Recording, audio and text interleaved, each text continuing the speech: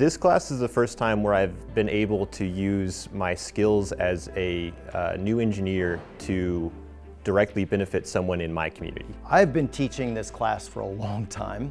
The project's been going on since I think 2000. Most other classes are entirely theoretical based. So this class is definitely different because it allows us to apply what we've been learning for engineering into like something that's practical and something that's useful to help us understand what engineering in the future or what we're going to do. So it allowed us to basically apply what we've been learning into more practical ways. I pair my engineering students in a junior level mechanical engineering class, a design and machinery class, with children with special needs in our region, in our Middle Tennessee region. These are families have many needs beyond the specific thing, and so learning how to deal with that for me and helping guide my students how to learn, not only do engineering, but how to apply that engineering to people that are going to use it. The goal was to build an adjustable chair for a child in our child development lab on campus that gives him proper chest support, some head support, and is able to adjust to different height levels. Basically a wooden mount where everything is connected to, and then we have a car seat that we basically modified a little bit to make it flush. And then we have these legs that are the adjustable, which allows you to do different heights.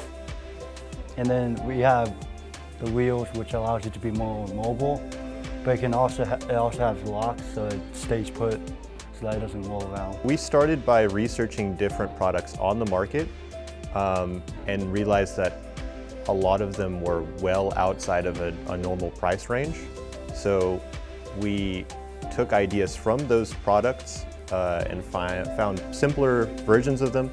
In this case, we found a car seat. It has the harness that we needed, and the rest of the project was just mounting it on an adjustable frame. It's a key class in our engineering program. The students, of course, have learned a lot of math, a lot of basic engineering skills, but they need to learn how to start applying these in real-world situations. Real-world situations are ones where I don't construct a problem knowing the answer. It's this open-ended problem, and it has a context associated with it. Context being what's the specific problem you're trying to solve, what are the issues around it. Our whole department wants to introduce our students to this real-world problem-solving scenario. We interacted with the child's teachers. We didn't have a whole lot of access to him. He's nonverbal, so he can't express what he needs. So we have to go off what other people are telling us that he needs. And one of the things that Dr. Canfield told us was not to give someone something they ask for, but give them something they need.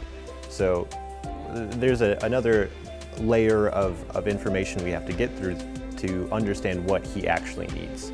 There was a lot of things that were requested for, and we met all of the needs that were requested, but it's difficult to make a project when you don't get to directly speak with who you're making the project for. So one of the things I want to do is present my students with a open-ended problem and let them grapple with the challenges, not just engineering challenges, but very practical challenges. So that's the first thing. I think the hardest part was whenever we got into couldn't figure out how to fix a problem, it took a minute to figure out, because we did one thing and then we realized it's not going to be in the parameters, so we had to figure out how to fix it.